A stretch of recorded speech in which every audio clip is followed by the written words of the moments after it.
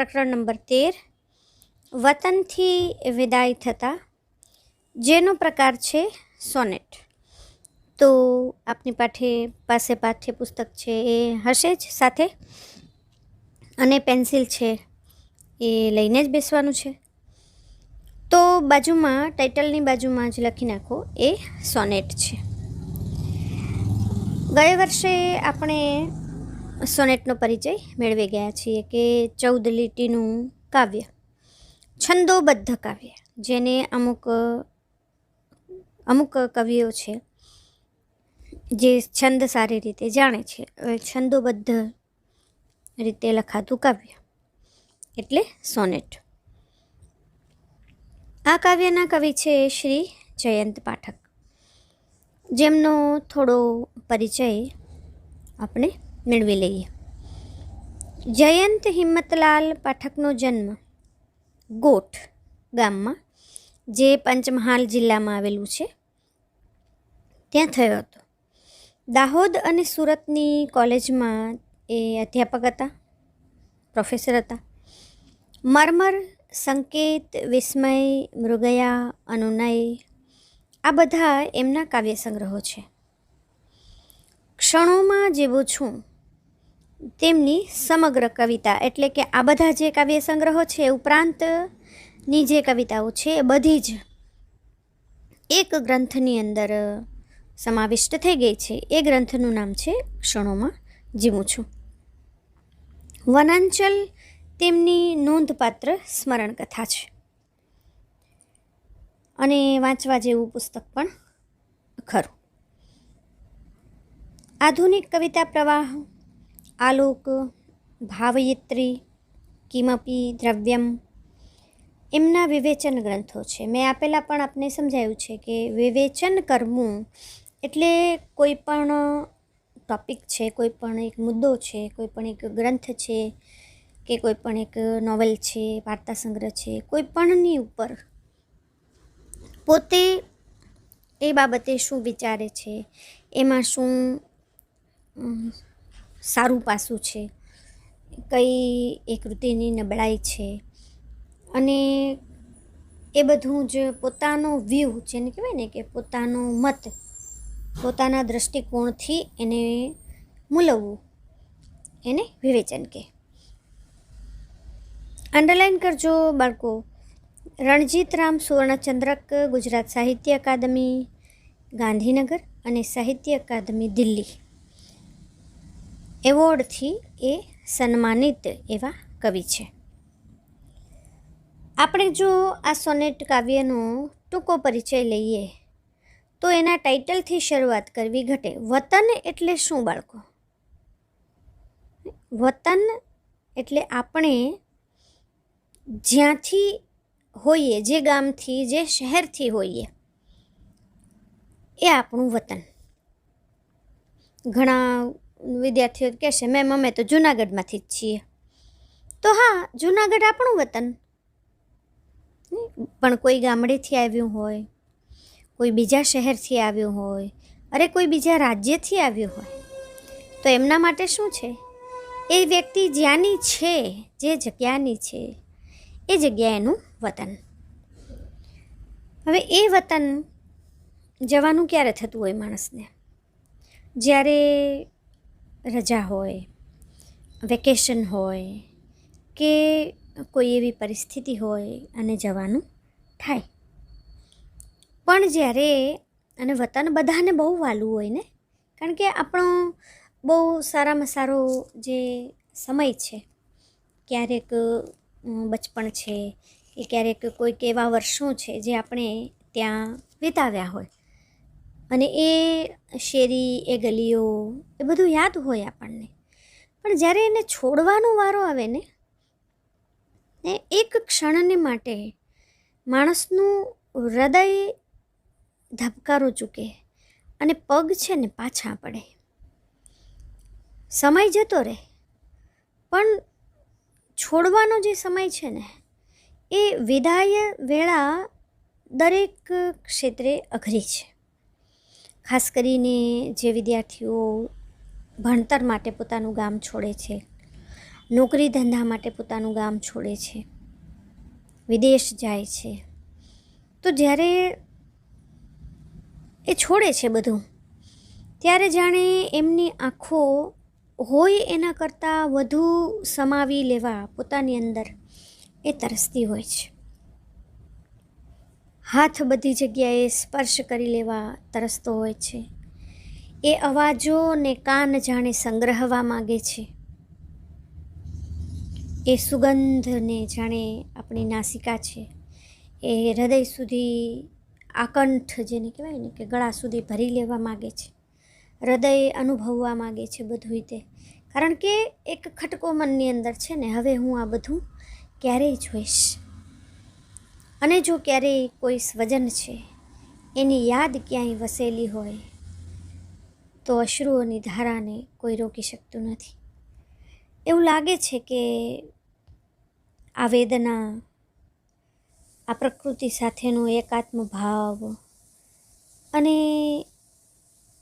કંઈક એવી ભ્રમણાઓ એ વતનની વિદાયની અંદર વ્યથાનો ઉમેરો કરી જાય છે.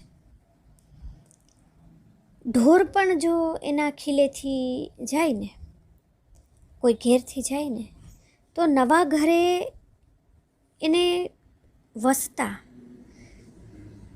સમય લાગે. કારણ કે વતનને મતલબ એના મૂળ ઘરને એ ઝંખતું હોય અને ઘડીકમાં જાય પણ નહીં, અઘરું છે. તો વર્ષો પછી વતનમાં કાવ્યના જે નાયક છે એ ગયા છે, અને જ્યારે વિદાય થવાનું હોય છે ત્યારે જે પીડા એ અનુભવે છે એ આ સોનેટમાં વ્યક્ત થઈ છે. ઘણા વર્ષો પછી એ ગયા છે, એટલે એ વન, એ જંગલ, એ જન, એ માણસો, એ ખેતરો, એ કોતરો, ડુંગર, નદી જે મળ્યા હતા એને છોડવાની ક્ષણ આવી ગઈ છે. જેમ આપણે આગળ વાત કરીને કે ઢોર વેચાઈ ગયા પછી પણ પોતાનું મૂળ ઘર છે એને ઝંખતું હોય છે, તો કવિ છે એ પણ પોતાના મૂળ પરિવેશને, પોતાના મૂળ વાતાવરણને ઝંખ્યા કરે છે. પગ ઉપાડતા નથી, ઈચ્છા જ નથી થતી, આગળ નથી વધવું. પણ કવિએ બહુ સરસ દૃષ્ટાંત આપ્યું છે કે વહી ગયેલું પાણી એ પાછું ન આવે, એમ વહી ગયેલો સમય એ પાછો ન આવે. આપણે પેલું જે સુભાષિત બોલીએ છીએ ને, એ ગઈ સંપત ફરી સાંપડીએ, ગયા વળે છે વહાણ, ગત અવસર આવે નહીં, ગયા ના આવે પ્રાણ. તો ગત અવસર આવે ને, એ સમય પાછો આવતો નથી. સાથે સાથે એક કૂતરો રવાના થાય છે અને લેખકને, કવિને એમ થાય છે કે ચલો કોઈક મારી સાથે છે. પણ ગામની હદ આવે છે ને તો કૂતરોય પાછો વળી જાય છે, કૂતરોય પાછો વળી જાય છે. એ એક સ્વાભાવિકતા ભર્યું આલેખન કવિએ અહીં સરસ કર્યું છે. અને અંતે કાવ્યના નાયકને એવો એક ભ્રમ થાય છે કે જાણે કોઈક બોલાવી રહ્યું છે મને. બાળક રિસાઈ જાય ને મા એને મનાવવા માટે બોલાવે ને, એમ એને પોતાની માતાનો સ્વર સંભળાય છે, અવાજ સંભળાય છે કે મા મને બોલાવે છે. પણ આ ભ્રમ છે, હકીકત નથી. અને એવી ભ્રમણામાં કવિ છે એ વતનમાંથી વિદાય લે છે અને ખૂબ વ્યથા અનુભવે છે, જે એકદમ આપણા હૃદયને સ્પર્શ કરી જાય છે. એની કરુણતાને આપણે અહીં અનુભવી શકીએ છીએ. જે બાળકો જૂનાગઢથી બહાર ભણવા જતા હોય, અથવા તો 6 મહિના, વર્ષ દિવસ, 2 વર્ષ રહીને જ્યારે આવે, તો એક પરિચિત વાતાવરણમાં જેવો પ્રવેશ કરે ને, એવું આમ મન હૃદય છે ને આમ સંકૃત થઈ જાય, એ રૂવાડા ખડા થઈ જાય એવું. ગિરનારનું દર્શન થાય દૂરથી. બસ હવે તો 15-20 મિનિટમાં જ ઘરે. પછી મિત્રો, એ શેરીઓ, એ ગલી, એ ઘર, એ ઘરની વસ્તુઓ, ઘરના સભ્યો. 15 વર્ષ પછી, 20 વર્ષ પછી, અરે 50 વર્ષ પછી પણ જો કોઈ પોતાના શહેરની અંદર આવે ને, ગામની અંદર આવે ને, એને એક ખૂણો ખૂણો ખબર હોય. પરિવર્તન આવે ને તોય ખબર પડી જાય, અહીંયા તો પહેલાં આ હતું, હવે આ છે. આ વતનની માયા છે અને એટલી જલ્દી એ છૂટતી નથી. તો કવિનો આ વતન પ્રેમ છે અને છોડવા સમયે થતી અનુભૂતિ, કરુણતાની અનુભૂતિ, એને સુંદર રીતે કવિએ અહીંયા મૂકી આપી છે. તો આપણે કાવ્ય છે એનું પઠન કરી અને સમજવાની કોશિશ કરીએ. એ મૂક્યું વન, એ મૂક્યા જન, ઘણી વર્ષે મળ્યા જે ક્ષણ. કે અત્યારે હવે એક ક્ષણ આવી ગઈ છે કે વન મૂકવાનું છે, જન મૂકવાના છે. કે એ જંગલ, એ વન, એને મૂકી દેવાનું છે. એ વ્યક્તિઓ જેની સાથે સમય વિતાવ્યો એને છોડવાના છે. જે ઘણી વર્ષે આ સમય છે એ એમને ભાગે, એમને હિસ્સે આવ્યો છે વિદાયનો. મૂક્યા ડુંગર ને નદી, વતનના એ કોતરો ખેતર. કે વતનના એ ડુંગરાઓ, એ નદીઓ, એને પાછળ છોડ્યા. એ કોતરો એટલે કે જમીન કે પર્વત હોય એમાં ઊંડો પોળો એવો ખાડો હોય, એને કોતર કહેવાય. અને ખેતર તો તમે સમજો જ છો કે ડુંગરો, નદીઓ, ખેતરો, વન, જન, એ બધાને છોડ્યા. આંખો બે રહી ભાળતી, વળી વળી પાછી. કે પોતાની બે આંખો એ પાછી વળીને બધું જોવા માટે થઈને તરસી રહી છે. કમાડ ભીડવું એટલે કે બારણું બંધ કરવું ગમતું નથી. પણ જુઓ, ભીડ્યું એ ઘર, કે એ બારણું છે ને ઘરનું, એ ભીડવું એટલે બંધ કરવું. વારંવાર આંખો છે જુએ છે, બારણું ઘરનું બંધ કર્યું. વેચાઈ ગયું ઢોર જેમ તલખે કોઢાર, છોડ્યું ધણ. કે જેમ ધણમાંથી છૂટું પડેલું, વેચાઈ ગયેલું ઢોર, જેમ પોતાનો કોઢાર, ઢોરને બાંધવાની જગ્યા, એને તલખે એટલે એના માટે તડપે અને ત્યાં રહેવા માટે આમ આગળ ન વધે, ત્યાં રહેવા માટે થઈને તરસે. એવી રીતે કવિની આંખો છે એ આ બધાએ પરિવેશને, પરિવેશ એટલે વાતાવરણ, આ બધાને તરસે છે કે ઓહો હો, વિદાયનો સમય આવી ગયો. હવે ખબર નહીં ક્યારે હું આ બધી જગ્યાએ પાછો આવીશ. જાણે બધું ભરી લેવા માટે થઈને એ સ્મૃતિઓને ઠાંસીને પોતાનામાં ભરી લેવા માથે છે, પણ મન ભરાતું નથી, આગળ વધે છે, કારણ કે જવું તો પડશે જ. તો કવિ કહે છે, કેડી આગળ જાય, પાય અવળા કેમે કરીવું પડે. કે કેડી એટલે સાંકડો પગ રસ્તો, જેને આપણે પગદંડી કહીએ. તો એ આગળ જાય છે, રસ્તો આગળ જાય છે, પગ પાછા પડે છે. પાય અવળા, પાય એટલે પગ. જો હું બોલું છું અર્થ, અને બહુ ધીમેથી બોલું છું, લખતા જજો. કે આ જે પગદંડી છે ને એ આગળ જાય છે, જાણે મારા પગ પાછળ હાલે છે એવું લાગે છે. નહીંતર શું થાય, આપણા પગ આગળ વધે, રસ્તો પાછળ રહે. પણ અહીંયા જરા ઉલટું થાય છે, કારણ કે કેમે કરીને પગ ઉપડતા જ નથી, પગ નથી ઉપડતા. બંધ ઘરને વારે વારે એ જોવા માટે થઈને તરસે છે. કેમે કરીને પગ છે એ વતન તરફ પાછા વળવા માંગે છે, આગળ નથી ઉપડતા. આંખો જાય ભરાઈ, વાટ તરુની કાંટાળી ડાળી નડે. કે ઘડી ઘડી આંખોમાં આંસુ છે એ ભરાઈ જાય છે, કે આડાઅવળા પગ પડે છે, સીધી રીતે સ્વસ્થ થઈને એ ચાલી નથી શકતા જાણે. અને ઘડી ઘડી આંખો છે એ આંસુથી ભરાઈ જાય છે. અને વાટમાં એટલે કે રસ્તામાં, માર્ગમાં તરુની કાંટાળી ડાળી નડે. તરુ એટલે વૃક્ષ, કે એની કાંટાવાળી ડાળી જે છે ને એ જાણે નડે છે.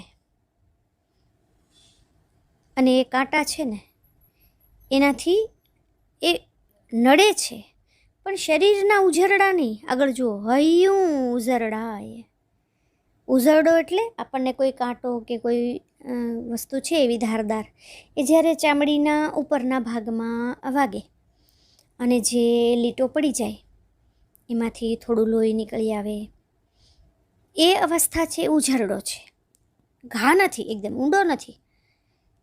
પણ અહીંયા તો એ હૃદય સુધી પહોંચી ગયું છે કે હૈયા ઉપર ઉઝરડા પડ્યા છે, હૃદય પર ઉઝરડા પડ્યા છે. એટલે જે કાંટાળી ડાળી છે, જે શાખા છે, એનાથી હૈયું જાણે ઉઝરડાયું છે. રક્ત ટસિયા ફૂટે ધીમેથી જમે. કે એ નડેલી અવરોધાયેલી ડાળી છે, એનાથી હૃદય છે એ ઘાવ અનુભવે છે, અને લોહીની ટસરો એ જાણે ફૂટી નીકળે છે.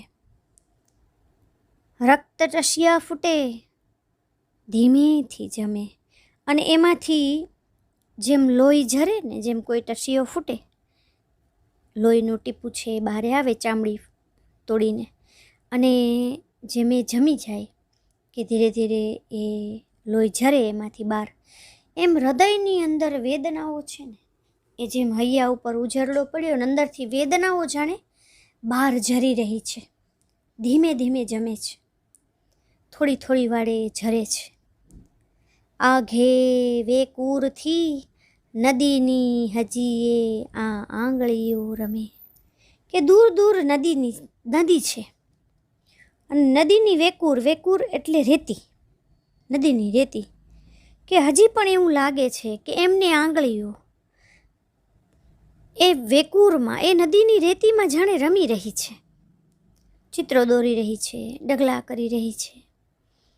હજી એ એવું અનુભવે છે કે દૂર દૂર નદીની વેકૂરમાં હજી એ આંગળીઓ છે એ જાણે રમી રહી છે.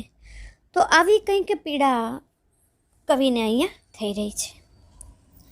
પણ એ પોતાના મનને સમજાવે છે બીજા ભાગમાં કે ચાલો જીવ, જવાનું આગળ. કે હવે ગમે એટલું દુઃખ થશે, પણ હે જીવ હિંમત કર, આગળ જવાનું છે. નહીં આ કાળમના વેણમાં પાછા ઉપરવાસ શક્ય વહવું.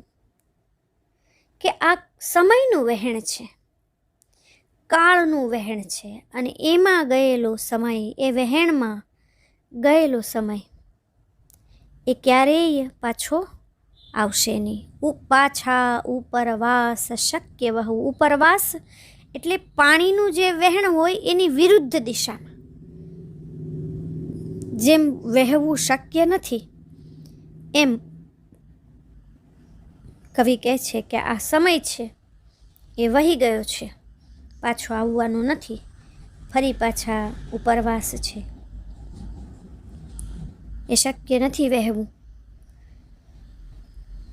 પાણી લૂછો નેણના, કે આપણે આગળ જવાનું છે, ઉપરવાસ જવાનું છે. એટલે પાણી છે ને એ લૂછી નાખો, આંસુને લૂછી નાખો. એ ભારો લઈ ભૂતનો શિરે, વણ પૂછે શા વેઠિયા ચાલવું. કે વીતી ગયેલા સમયનો, ભૂતકાળનો, ને ભારો લઈ ભૂતનો, ભારો એટલે બોજો, લઈ, જો આમાં લ ઉપર 2 માત્રા છે, લ ઈ નથી. એ બોલચાલની દ્રષ્ટિએ તળપદો શબ્દ છે, લઈ એવો. કે ભૂતકાળનો શિરે એટલે મસ્તકે, માથે. કે ભૂતકાળનો ભારો માથે લઈ, વીતી ગયેલા સમયનો બોજ માથે લઈ, કે વેઠિયાની જેમ એટલે કે ગુલામની જેમ, પૂછ્યા વગર, વણ પૂછીએ, વણ પૂર્વ પ્રત્યય છે, કે પૂછ્યા વગર વેઠિયાની જેમ ચાલે રાખવાનું છે, ગુલામની જેમ ચાલતા જવાનું છે. એ ભારને આપણે માથે સહન કરવાનો જ છે. જો વેઠિયો એકચ્યુઅલી કોને કહેવાય? કે જેને આપણે મહેનતાણું ન આપવું પડે, પગાર ન દેવો પડે ને એ આપણું કામ કરે, એવા વેઠિયાની જેમ કવિ કહે છે કે આપણે ભૂતકાળનો ભારો લઈ અને ચાલવાનું છે. કે એવામાં એમની સાથે એક કૂતરો જોડાય છે, સાથે શ્વાન. પૂરી થતાં હદ હવે એને એ પાછા જવું. કે કૂતરો જોડાયો તો એને એમ થયું કે ચલો મારી સાથે કોઈક છે, પણ એ તો ગામની હદ જેવી પૂરી થઈ, ગામની સીમા પૂરી થઈ, એટલે એ તો પાછો વળી ગયો. અને કવિ ખૂબ એકલતા અનુભવે છે, એકલું એકલું લાગે છે એમને. વળી વળીને પાછા જુએ છે અને દૂર દૂર હવે એ ઘરથી આવી ગયા છે. આઘે ખેતર જોઉં 2 કર ઊંચા કરી, 2 કર કરી ઊંચા મને વારતી. એમને એક ભ્રમણા થાય છે કે આઘે આઘે મતલબ દૂર દૂર, 2 કર, કર હાથ, હસ્ત, ભુજા, બાહુ એના સમાનાર્થી શબ્દો છે. કે 2 હાથ ઊંચા કરી અને મને કોઈ વારી રહ્યું છે, મને કોઈ રોકી રહ્યું છે, મને વારતી. એ મારી ભ્રમણા. કવિ કહે છે કે મને શું ભ્રમ થયો, ભ્રાંતિ થઈ. કે રિસાળ શિશુને બોલાવતી બા હતી. રિસાળ એટલે નારાજ થઈ ગયેલું, શિશુ બાળક. કે જાણે રિસાળ શિશુને બોલાવતી, કે દૂરથી ખેતર જોઉં છું ને ત્યારે મને એવું લાગે છે કે 2 હાથ ઊંચા કરી મને વારતી, મને રોકતી. એ મારી ભ્રમણા હતી કે પછી રિસાઈ ગયેલા શિશુને, બાળકને બોલાવતી બા હતી. પરંતુ એમને જેમ લાગતું હતું ને કે માં બાળકને પાછા બોલાવતી હોય, મને મારી માં બોલાવે છે, પણ એ માત્ર ભ્રમ હતો, હકીકત નહોતી. તો વતન વિચ્છેદ એટલે કે વતનથી દૂર જવાને કારણે કવિ વિવિધ પ્રકારે પીડા, દુઃખ, દર્દ, વેદના એનો અનુભવ કરી રહ્યા છે. અને એ અનુભવને આપણે સમજવાની કોશિશ છે એ કરી. આ કાવ્ય તમારા પાઠ્યપુસ્તકમાં અંતરિક્ષ નામના કાવ્ય સંગ્રહમાંથી લેવામાં આવ્યું છે. લગભગ શબ્દ સમજૂતી આપણે સાથે લેતા ગયા છીએ.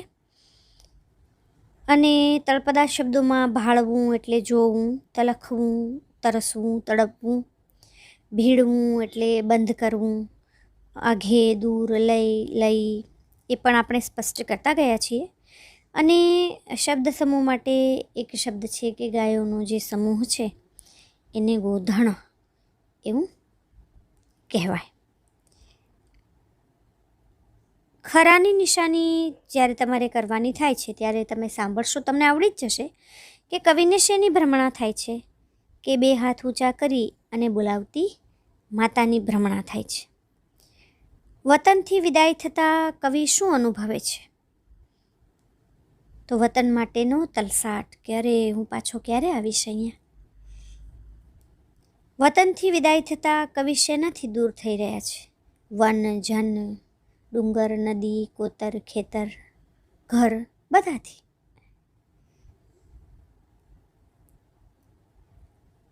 એક વાક્યમાં ઉત્તર છે એટલે તમારે 2-3 વસ્તુ તમે અહીંયા સ્પષ્ટ કરો તો ચાલે. કવિના પગ આગળ જવા માંડ માંડ ઉપડે છે, કારણ કે કેડી તો આગળ જાય છે ને પગ જાણે આડાવડા પડે છે. આંસુ આંખમાં આવી જાય છે. કાટાળી ડાળીથી જાણે હૈયું છે, હૃદય છે એમાં ઉજાડો લાગે છે. નદીની રેતીમાં આંગળીઓ રમતી હોય એવું લાગે છે.